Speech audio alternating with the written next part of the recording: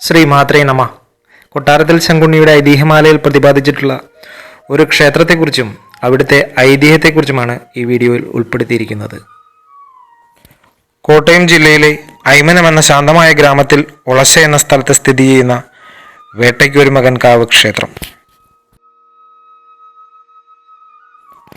നിറയെ പൂക്കൾ നിറഞ്ഞ ചെടികളുടെയും പാലമരങ്ങളുടെയും മേടമാസത്തിനു മുന്നേ പൂവിട്ട് നിൽക്കുന്ന കണിക്കൊന്നയുടെയും നടുവിലായി ഐതിഹ്യത്തിലും ഭക്തിയിലും മുങ്ങിക്കുളിച്ച ഈ ക്ഷേത്രം കേരളത്തിൻ്റെ സമ്പന്നമായ ആത്മീയ പൈതൃകത്തിൻ്റെ തെളിവാണ്. അർജുനനെ പരീക്ഷിക്കാനായി ശിവഭഗവാനും ശ്രീപാർവതി ദേവിയും കിരാതവേഷം സ്വീകരിച്ചപ്പോൾ ജന്മം കൊണ്ട മകനാണ് വേട്ടയ്ക്കൊരുമകൻ. കിരാതസൂനു എന്നാണ് അദ്ദേഹം പുരാണങ്ങളിൽ അറിയപ്പെടുന്നത്.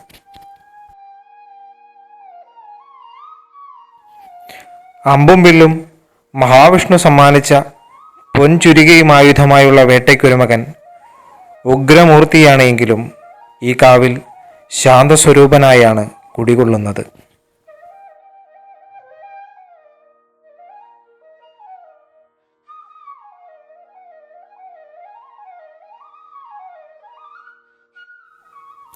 ക്ഷേത്രത്തിൽ പ്രവേശിക്കുമ്പോൾ ആദ്യം തന്നെ കാണുന്ന ശ്രീകോവിൽ ശ്രീകൃഷ്ണന്റെയും അതിൻ്റെ പിന്നിലായാണ് വേട്ടയ്ക്കൊരുമകന് പ്രതിഷ്ഠ. പാണ്ഡ്യരാജാവിനെ ഭയന്ന് തമിഴ്നാട്ടിൽ നിന്നും ഓടിയെത്തിയ ചെട്ടിയാരാണ് ഈ ക്ഷേത്രത്തിലെ വേട്ടയ്ക്കൊരുമകനെ പ്രതിഷ്ഠിച്ചതെന്ന് വിശ്വസിക്കപ്പെടുന്നു. ഐതിഹ്യം പറയുന്നത് എന്തെന്നാൽ പാണ്ഡ്യരാജാവുമായി വാണിജ്യത്തിൽ ഏർപ്പെട്ടിരുന്ന ചെട്ടിയാർ വേട്ടയ്ക്കൊരുമകന്റെ ഉപാസകനായിരുന്നു. തൻ്റെ പത്നിയിൽ മോഹം തോന്നിയ രാജാവിൽ നിന്നും രക്ഷ തേടുന്നതിനായി ചെട്ടിയാർ പത്നിയുമായി ആ രാജ്യം വിട്ട് കപ്പൽ മാർഗം കൊച്ചിയിലെത്തി.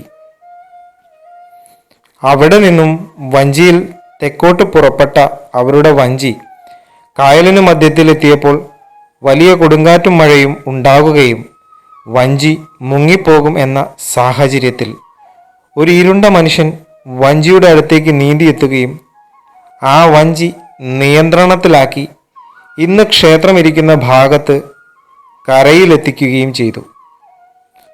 എന്നാൽ കരയിലെത്തിയ ശേഷം തങ്ങളെ രക്ഷിച്ച ആ മനുഷ്യനെ തിരഞ്ഞ ചെട്ടിയാർക്ക് അദ്ദേഹത്തെ കാണുവാൻ സാധിച്ചില്ല.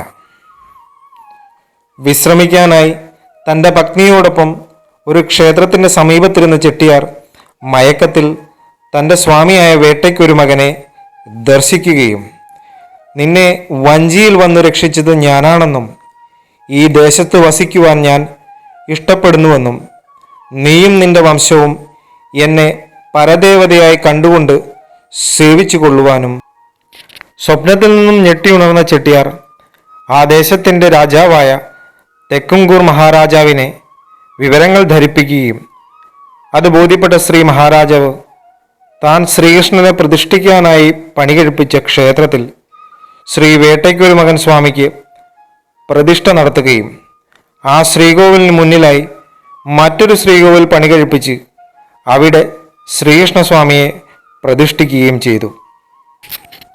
എന്നാൽ ശ്രീകൃഷ്ണസ്വാമിയെ പ്രതിഷ്ഠിക്കുന്ന സമയത്ത് വേട്ടയ്ക്കൊരുമകൻ സ്വാമിയുടെ ശ്രീകോവിലിൽ നിന്നും ഒരു അശരീരി ഉണ്ടായി.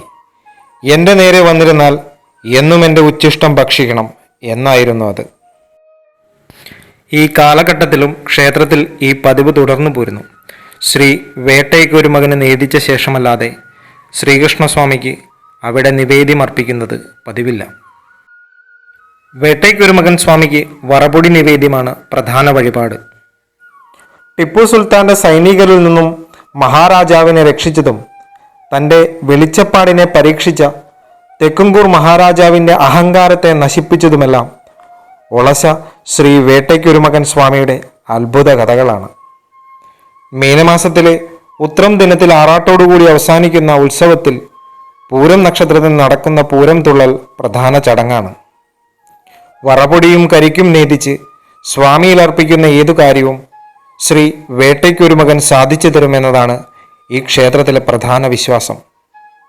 പുരാണത്തിൻ്റെയും ചരിത്രത്തിൻ്റെയും അചഞ്ചലമായ ഭക്തിയുടെയും വിശ്വാസത്തിൻ്റെയും ഉത്തമ ഉദാഹരണമാണ് വേട്ടയ്ക്കൊരുമകൻ കാവും ഇവിടുത്തെ ഐതിഹ്യങ്ങളും. എല്ലാവർക്കും വേട്ടൈ കുരുമകൻ സ്വാമിയുടെ അനുഗ്രഹം ഉണ്ടാകട്ടെ എന്ന് പ്രാർത്ഥിച്ചുകൊണ്ട് ഇനിയും ഒരു വീഡിയോയുമായി കാണുന്നതുവരേക്കും നന്ദി, നമസ്കാരം. ശ്രീമാത്രേ നമഃ.